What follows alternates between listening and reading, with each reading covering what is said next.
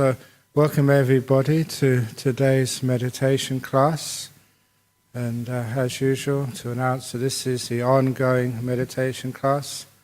For those who are coming to the introduction to meditation class starting today, that's in the room to my right, taken by James. This is the ongoing class. And I know that when I was very young, I learned about many, many different types of meditation from all the different traditions. And there's one type of meditation which was especially popular and well developed in the Tibetan meditation tradition of creating inner heat. And seeing as it's cold today, that might be something worth doing. However, it takes many, many years of practice, so it's a bit of a waste of time. You're not going to be able to do that now. And probably by the time you're able to get that inner heat and get rid of all the cold, it'll probably be the hot season and a total waste of time. So let's put that one aside.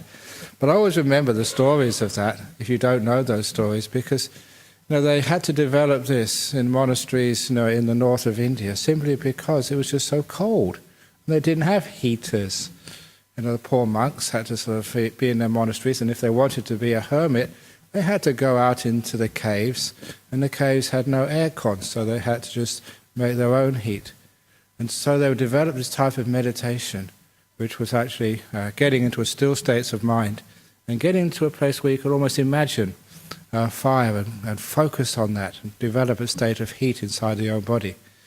And I always remember the tests they had to pass before they said they'd mastered this type of meditation. And I always remember this, and whenever I feel cold, I remember this, and I never feel cold again. They used to have to go out in the middle of the night, in the snowfields, in the middle of winter, okay? And they'd have to take off all of their clothes, so no robes, just bare skin, and sit in the snow next to this lake, which was freezing. They were allowed a blanket, though, after the blanket had been dipped in the water. And there they were, sitting, freezing blanket soaked with cold, freezing water. And they had to dry 3 blankets in one night to pass the test.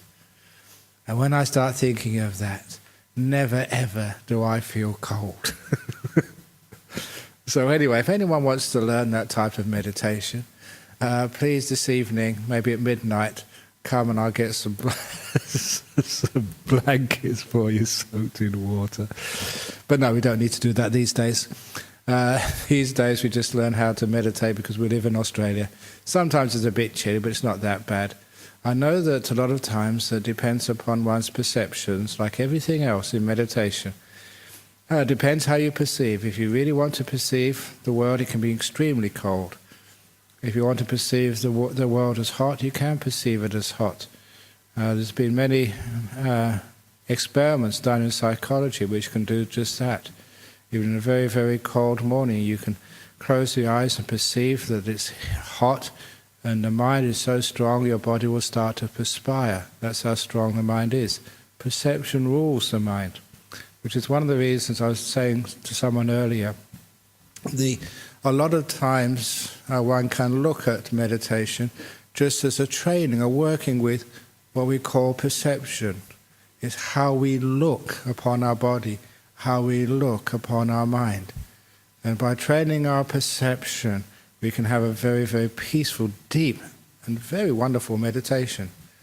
So what do I mean by training our perception?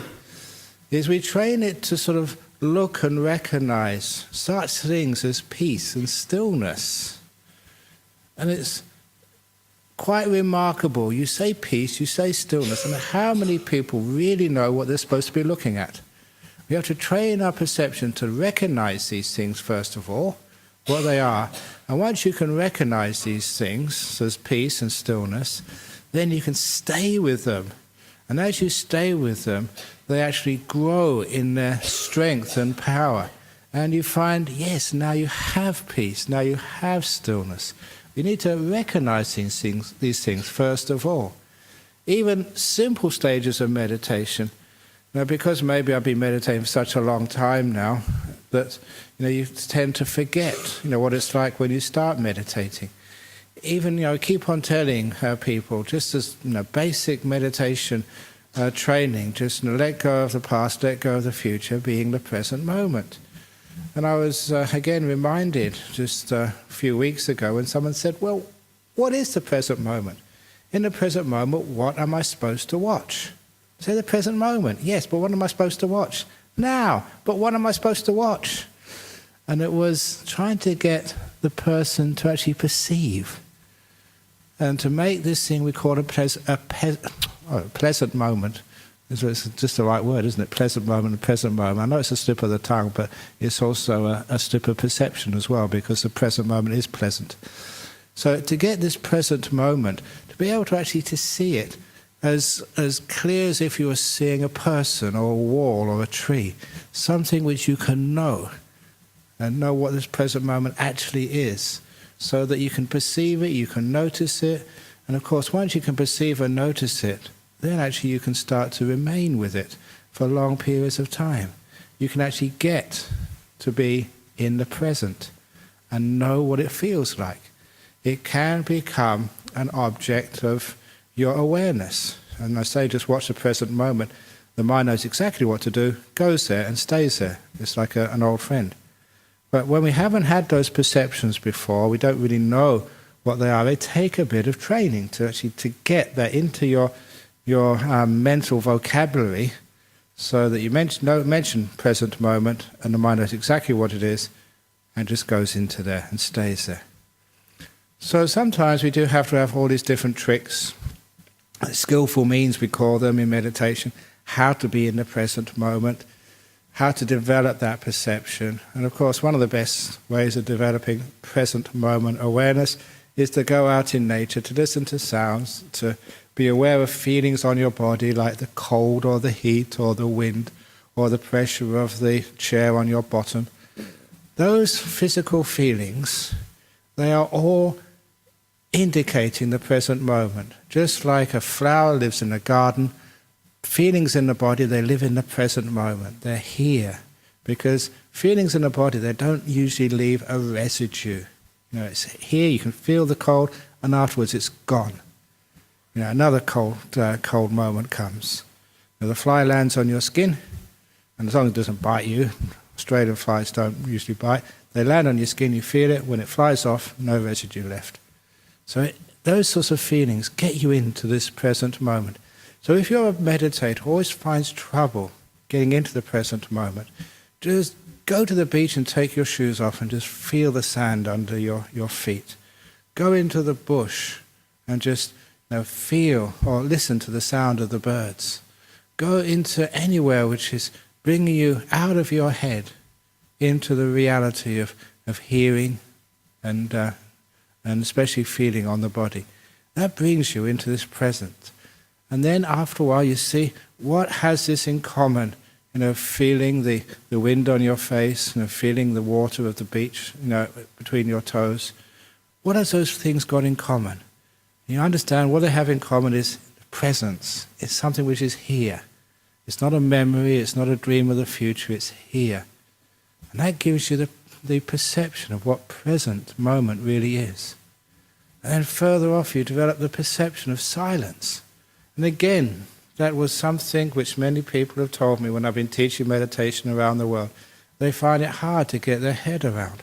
They think, look, if I stop thinking, then I'm asleep. I say, no, when you can stop thinking and you're still aware, that's called a silent awareness. So you know, but it hasn't got this inner conversation going on inside of you. It's a knowledge without giving things names.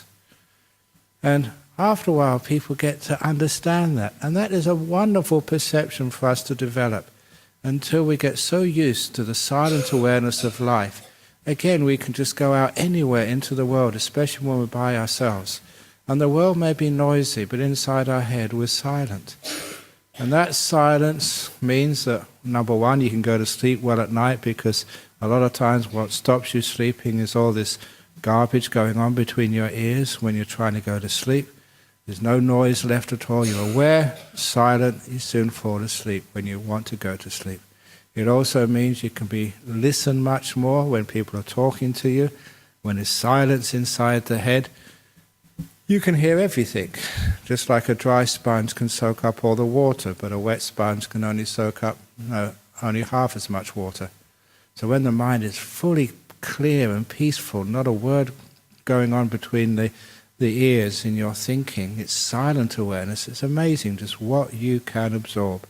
And that is very, very important for people who are like students, because if you're studying, it's a lot of work, and if you can absorb information very quickly and and retain that information too, that means you can get more work done in less time and have less stress in your life. And it's a very simple technique to learn how to have silence in the mind when you're reading a book, when you're listening to a lecture, or when you're just looking at something on the computer screen. And after a while we can develop the perception of silence.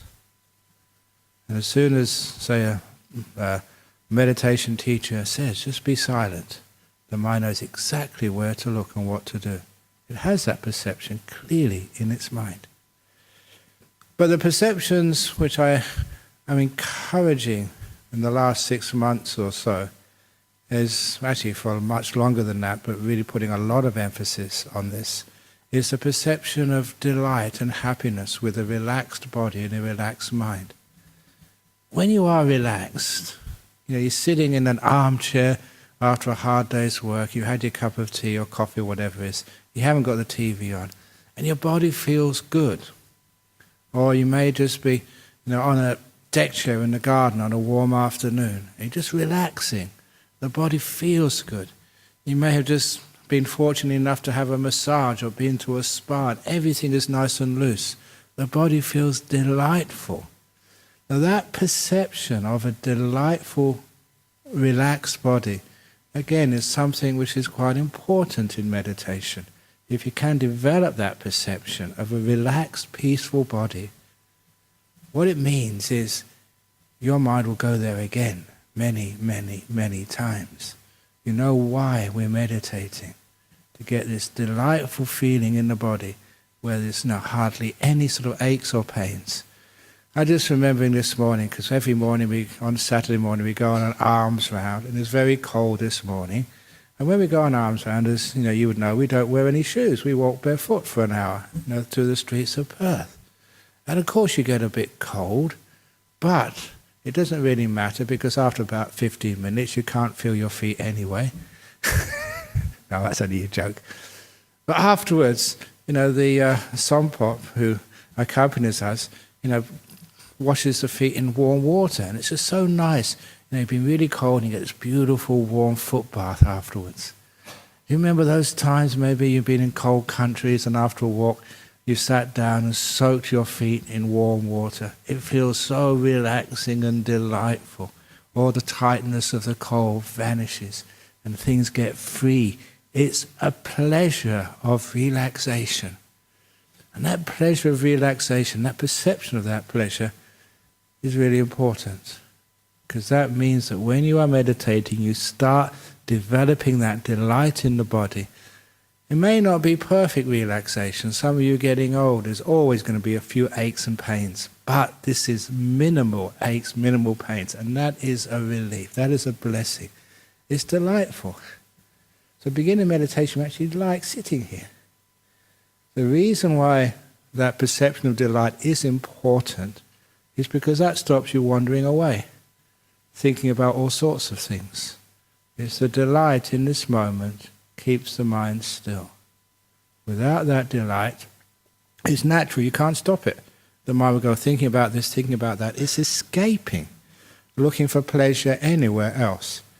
The pleasure is there in the moment if you could only perceive it. Once you perceive it, you stay there. The pleasure actually grows.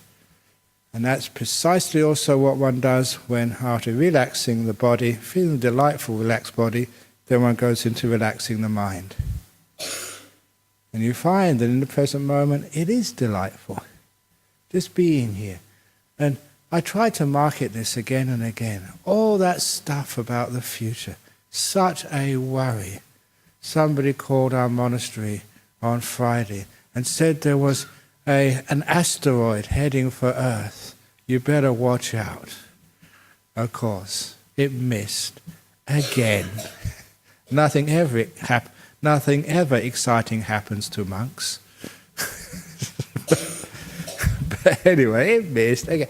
But why did they call you up in the first place? You know, if it's going to hit, it hits. If it doesn't hit, it doesn't hit. It's a waste of time worrying about it. But, you know, sometimes we just love worrying about things. Why is that? Why can't we just stay in this present moment, enjoy where we are now?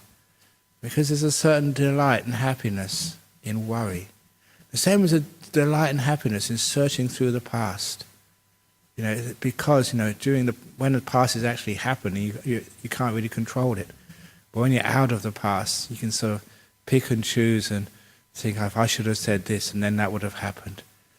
But it is still so much of a waste of time.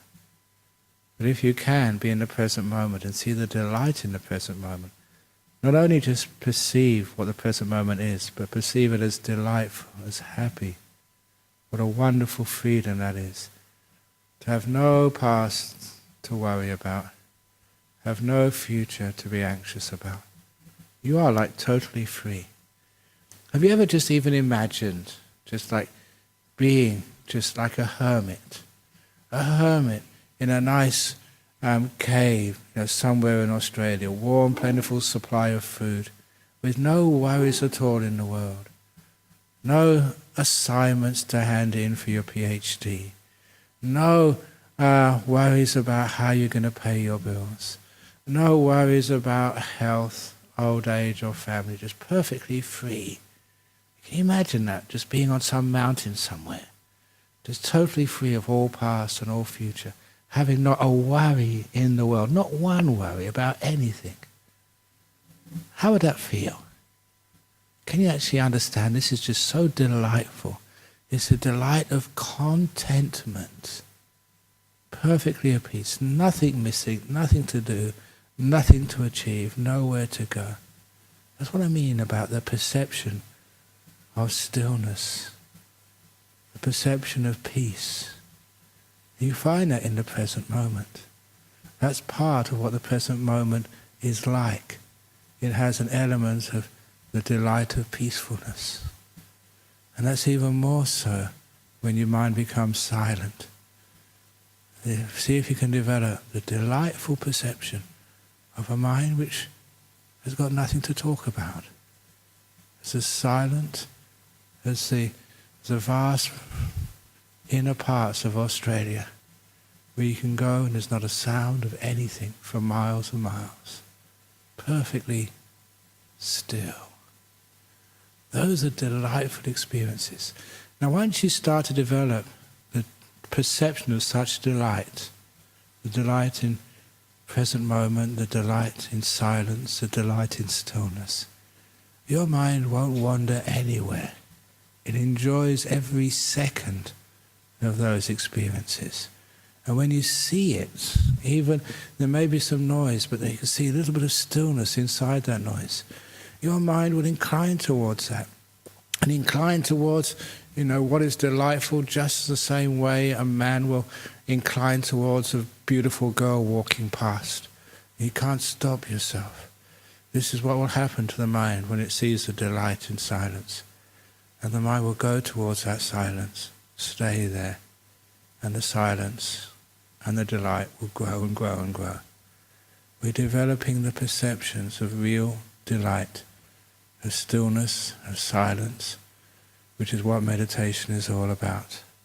And, quite frankly, this is just what the Buddha said, and what monks and nuns, meditators who go very deep will always say to you. It's the highest delight of all. The delight of stillness, of silence, when nothing moves, when everything has stopped. That is the biggest happiness you can ever experience in this world. Try it and see.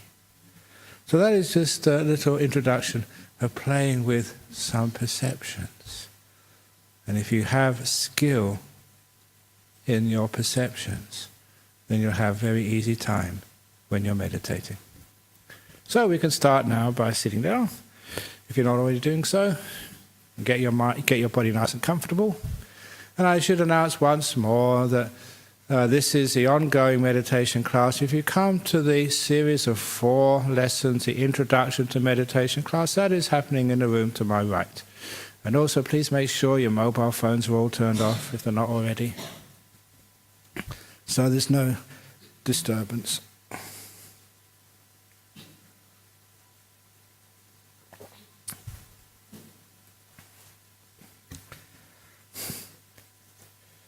And once again, sit comfortably. And that comfortable position can be anywhere, on a chair, on a cushion, on a stool, wherever you can feel comfortable and at ease, sort of.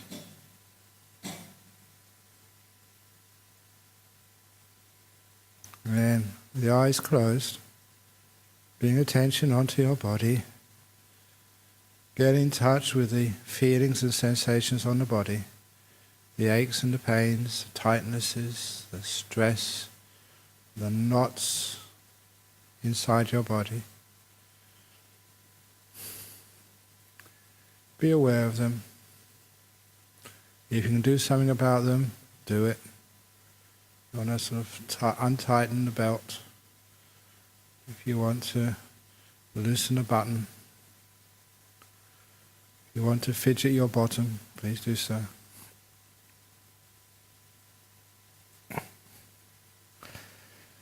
Making sure your feet are comfortable on the floor.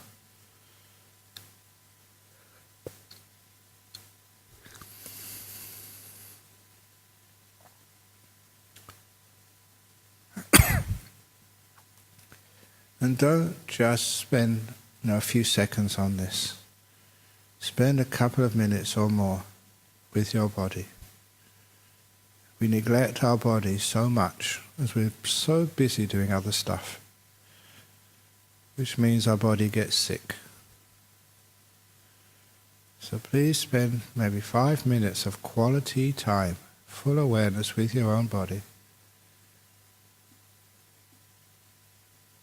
And you find you can always relax it a little bit more. There's always something else you can do to make it that little bit more comfortable.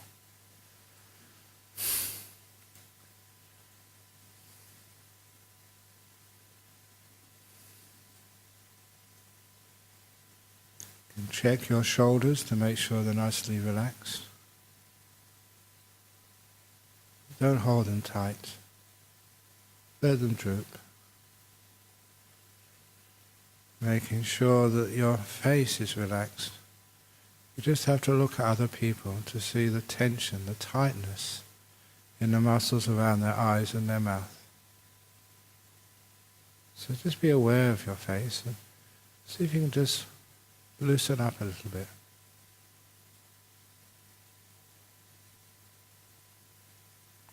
To get the facial muscles as relaxed as you possibly can.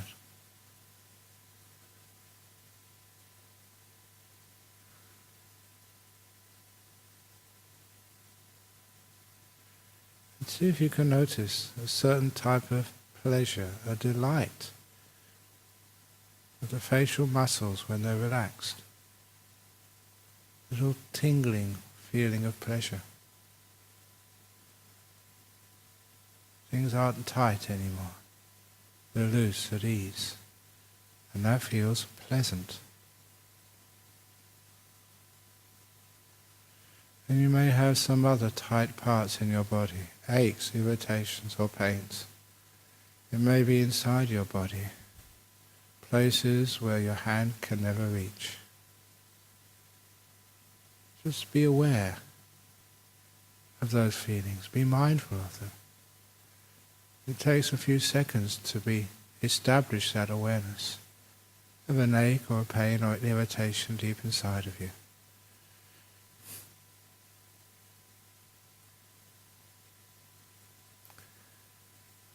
Once you have perceived that inner place of stress, see if you can relax it. The mindfulness gives you feedback.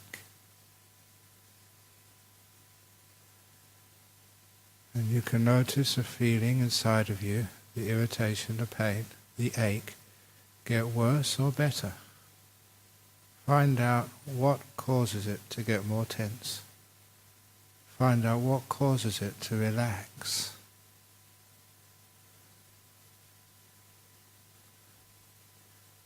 The attitude which causes relaxation is actually called compassion, kindness.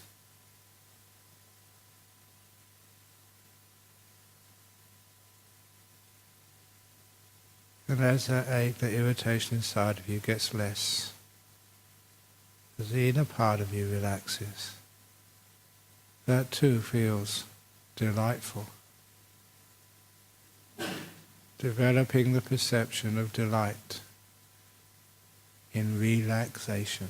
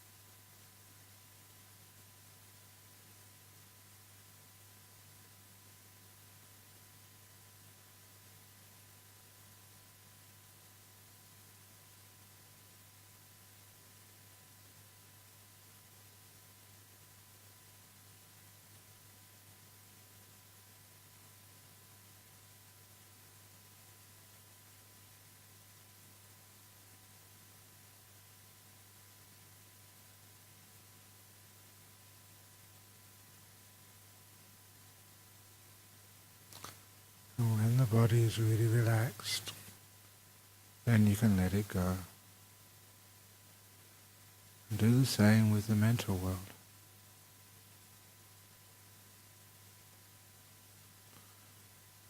Beginning by developing the perception of the present moment. All your past, from what happened a second ago until as far back as you can remember, all of that falls off your radar screen, as they say. And all of the future, even what's going to happen later on in the meditation, let alone what happens after, all of that disappears from your field of perception. All you've got left is life as it happens. Present moment. This amazing thing called now.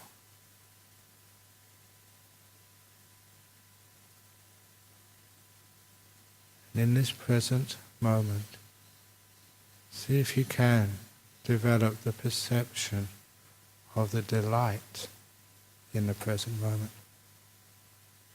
Just the pleasure of just being without the burden of the future and past.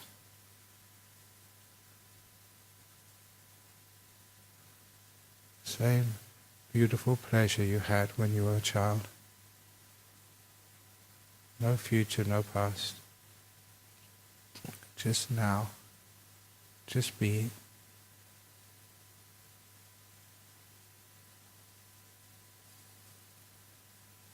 If you are successful in developing the perception of pleasure in the present will stay with you easily.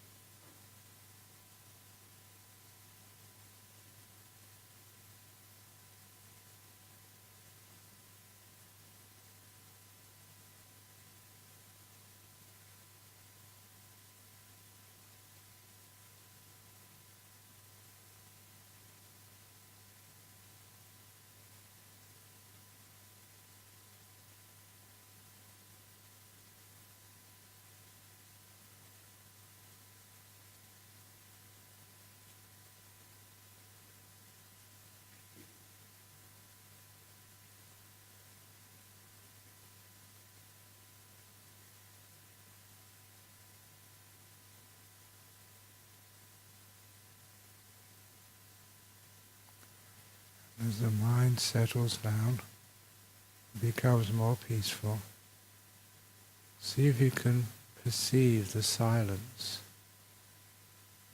when one thought has finished. Another thought has yet to arise, where you are aware, but no words inside your head. You're aware and silent. How delightful that is. See if you can develop the perception of delightful silence.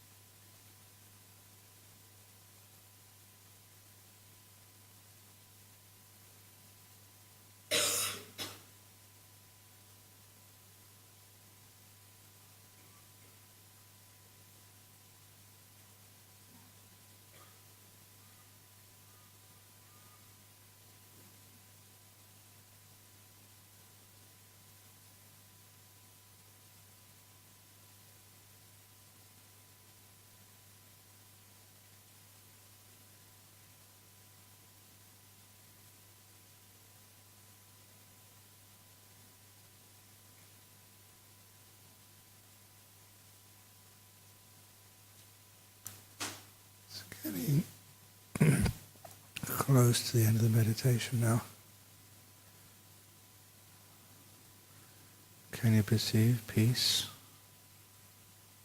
and the delight of a still mind?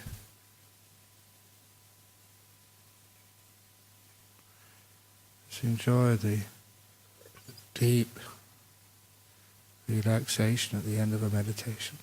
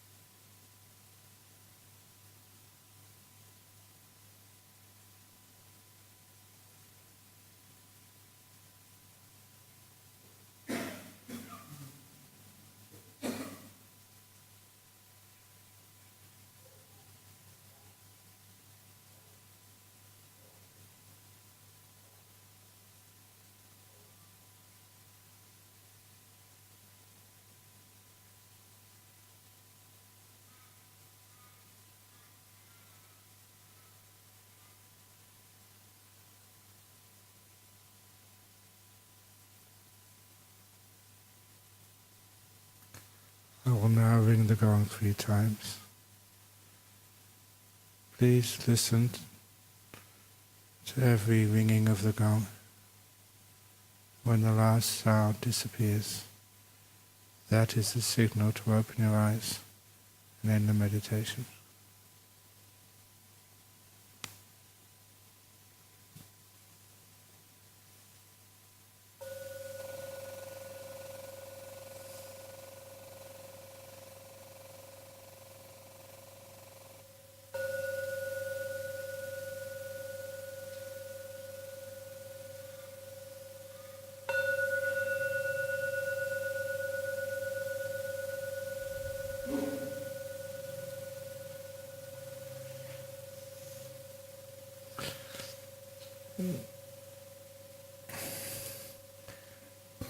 Very nice.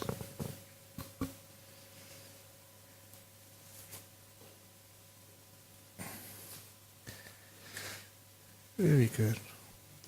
I know that's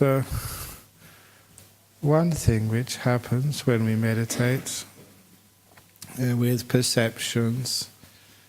Sometimes when we learn how to train our perceptions in a new way, sometimes we just take off the shackles of our perception. Just we have been trained in our schools and our culture and by our peers to perceive things in only one way and not other ways. And here we're learning how to perceive peace and delight in relaxation, which not many people know about. Actually seeing this as part of the world, and a very beautiful part of the world. It's part of the meditation world. And there is another type thing which happens, which somebody was asking me this morning, that sometimes when you get into a very still state of mind, you perceive some weird stuff, like your body turning around, or your body expanding, or your body, like an Ajahn Chah described once, exploding. Now this is nothing which is real. All this is just the mind is playing around. It's like the perception is free. Very similar to when you have a son or a daughter and they leave home for the first time, maybe just staying with some friends, or maybe going to university. And the first couple of weeks they really play around. They're free from mum and dad for the first time. They go a bit wild. And sometimes it's similar to what the perception does. I remember people telling me that sometimes they feel they're rocking backwards and forwards when they were meditating. They were perfectly still. They weren't moving at all. But that's what it felt like for them. Other people think they're ballooning out or they're rising into the air. They're not levitating, they're just sitting on the ground. It is perception. It's starting to have a bit of fun. And even sometimes people have these very interesting and weird visions when they're meditating. Some people tell you that no, don't get into that. But I say, oh no, enjoy yourself. Meditation can sometimes be a bit boring. When you get the interesting stuff, you're having a good time. nothing to be afraid of. Those experiences, they disappear by themselves, usually after a few minutes. You think you're expanding, and after a while it just disappears. You find you're the same old size as when you began. You know, sometimes you feel that you're turning around. You come out of meditation, you're sitting exactly the same position, you haven't moved. This is just the way the mind just starts to have a bit of fun. And you just enjoy that, and just like many other things in meditation, just let it be. And it vanishes by itself. And afterwards, usually, the mind gets very, very still and very peaceful. It's just a stage in meditation. I used to give it the words like, perception gets its wings. It can fly off and do weird stuff, instead of always being so controlled. Now it can be a bit free. And after a while, it just settles down. When it settles down, it gets even more still and more peaceful. It's a stage in meditation. So don't be afraid of it. Most of meditation, you just sit there and let things happen and see what happens next. You don't need to be afraid of anything. It's very, very safe, very peaceful, and very interesting, and a lot of fun. Okay, hopefully that developing the perceptions of delight helped you in today's meditation. Are there any questions you have? There's, I think, no questions from the thing. Yes? I've been thinking a lot about this idea of perceptions and the perception of braceness. Yeah, go on this way. Braceness in the world. You know, you're running around and you're basically braced against the danger out there, whatever it is. Yeah. And you come in to sit in meditation in this hall, and you carry that in your body. And you know, you're talking about letting go. You know, the metaphor is a clenched fist versus an open hand, and I guess that's what happens in meditation. But my question to you is that, as letting go, as you move from braceness to letting go of control or letting things be, do you think, to what extent is the deepening of that a natural inclination towards metta and loving kindness? In deep stillness, does metta, loving kindness towards oneself, arise spontaneously, and to others as well, spontaneously? Indeed. This is where metta, letting go, stillness all merge.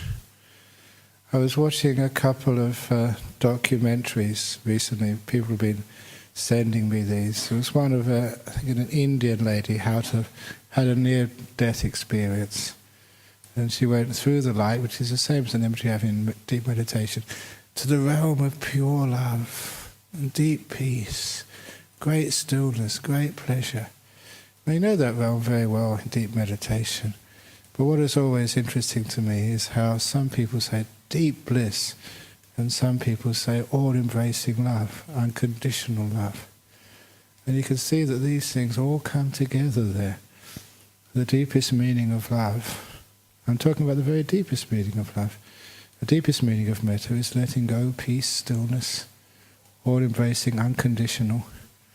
All of those things are all pointing to the same thing. The metta, the love we know in real life, is only a fraction of that real thing. And the stillness you have in meditation, you get really still. You find, wow, this, what you're feeling just maybe at the end of this meditation is nothing like the powerful stillness in the deep meditation states. So you can actually see, yes, it does arise naturally, because it is the same thing. It is a stillness. Thank you. That's why when you do this meditation, it's not just making yourself relaxed and enjoying the delight of a relaxed body. You're getting incredible insights into the nature of the mind and also the nature of truth. Everyone likes to receive love and give love, but what actually is it? And to see this beautiful unconditional, which is letting things go. Unconditional love means not controlling, letting things be, not interfering, which is stillness, which is peace. Bhante, most of the time people experience that unconditional love in relationships if they've got a halfway decent relationship.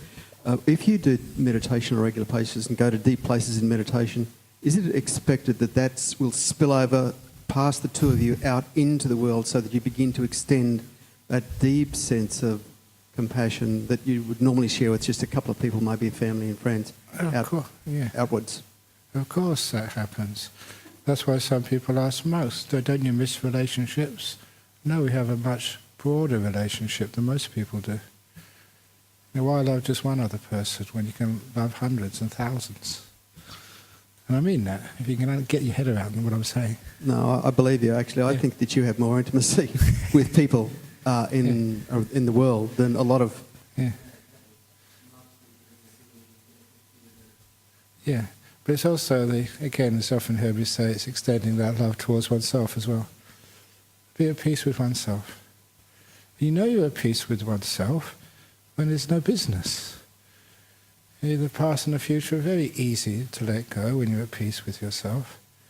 And I like that word you used earlier, just about bracing. We brace against the future as well. We're just so scared. We brace about the past, all these memories, oh God, what did I do? I don't want to face that one again. But you just open up totally to those things. You let them go. Forgiveness. Letting it be. I said a nice little tale, because you're a psychologist. It's a nice little skillful means to give forgiveness because people find it hard to forgive others. So I developed this last night. If you find it hard to forgive other people, go into a forest, find a crooked tree, and forgive it for being crooked.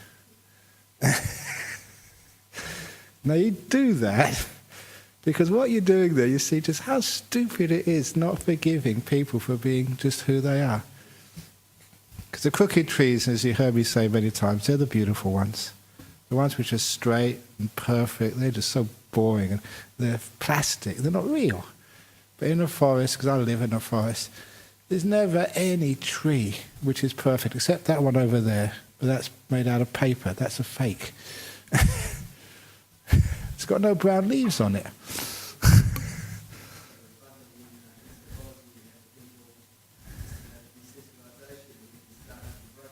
Then slowly work up the hierarchy until we get to the husband and the wife. Exactly. The crooked tree is beautiful. You can forgive that because it's nature. So then you start forgiving your husband, your wife, because they're crooked too. Some of them are very bent. But the more bent ones are the most beautiful ones. And then, alas, of course, that crooked, bent, damaged goods, which is me, oneself. That's what I'm saying. Everyone is damaged goods. Otherwise, you wouldn't be beautiful. So go, if you have trouble forgiving and letting go of the past, go and find a beautiful crooked tree. See all its faults and forgive it. And then you'll find it's much easier to forgive other people. You make the association. 24 hours. So I can't do more than that. Sitting meditation, it depends how much time you let me. Sorry? Oh, jeepers. Just about everything. Such as, answering people's questions on their marriage, on their kids, doing admin work. Because this place, we have to run it. Selling myself to raise funds for our nuns' monastery, even building the stuff. I was wheelbarrowing concrete on Friday. So all this sort of stuff we should do. Talking to people, being kind, eating, sleeping. Those things we do. But when I said 24 hours, it's because the essence of meditation is learning how to make peace, be kind, be gentle with whatever you're doing. So if I'm talking to someone, I'm just being at peace with that situation, not trying to get rid of you because I'm busy doing something else. Making peace, being kind, and being gentle with whatever I'm doing at any time of the day. Even when I'm sleeping, I'm just making peace, being kind, being gentle to my body and mind. So I can count that as meditation too. It's not what you're aware of, or not what you're doing, but how you're doing it, and how you are aware. That is the most important thing in life. When you're fixing your motorbike, how are you fixing it? Are you fighting it? Are you struggling? Are you trying to get this done to try and do something else?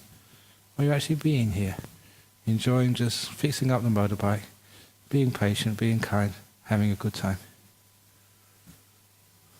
You're stuck in the traffic going to work. How are you stuck in the traffic? That's the reason for stress, is just we keep fighting against things. We don't make peace. We make war with life. We're not kind. We struggle and force and are cruel and quite violent to ourselves. The way we sort of push ourselves. So that violence causes all sorts of trouble. So make peace, be kind, be gentle in every moment of your life. And for those of you who don't know, that is a very good translation of the second factor of the Noble Eightfold Path. Make peace, be kind, be gentle. Nekama Sankappa, Avayapada Sankappa, Ahingsaka Sankappa. Just to impress you, to show that I know what I'm talking about. I don't make it up. Somebody else made it up before me. That was called the Buddha. Okay, we can finish off now because it's 4:15. So let's pay respects to Buddha Dhamma Sangha if you wish. You don't have to, and then we can do what we need to do.